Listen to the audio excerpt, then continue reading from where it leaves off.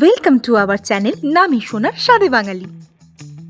আজকের রান্না মালাই চিকেন, যেটি বানাতে খুব একটি সময় এবং উপকরণ লাগে না। সাদা তেলের মধ্যে পেঁয়াজ এবং কাজু কিশমিশ কালার চেঞ্জ হওয়া অবধি আগে আমরা ভেজে নেব।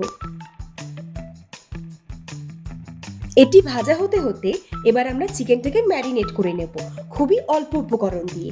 আদা রসুন বাটা এবং নুন দিয়ে আমরা চিকেনটাকে ভালো করে ম্যারিনেট করে 5 মিনিটের জন্য রেস্টে রেখে দেব।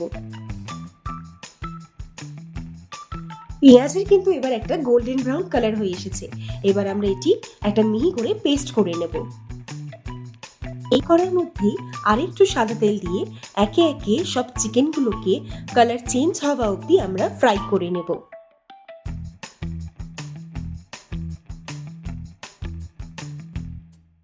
চিকেনের মধ্যে কিন্তু এবার একটা গোল্ডেন কালার হয়ে এসেছে। এবার আমরা চিকেনটা নামিয়ে নিচ্ছি। এবার সাদা তেলের মধ্যে গোটা গরম মশলা ফোড়ন দিয়ে পেঁয়াজ কাজু বাটাটা দিয়ে দিচ্ছি। এবার একটু ভাজা হলেই তার মধ্যে আমরা দিয়ে দিচ্ছি 6 থেকে 7 খানা কাঁচা লঙ্কা বাটা এবং সেই মশলার জলটা। মশলাটাকে একটু কষিয়ে নিয়ে এবার আমরা এতে একে একে দিয়ে দিচ্ছি স্বাদ অনুসার নুন এবং অল্প চিনি। ভালো করে নাড়াচাড়া করে এবার ভেজে রাখা চিকেনগুলো এর মধ্যে দিয়ে দিতে হবে।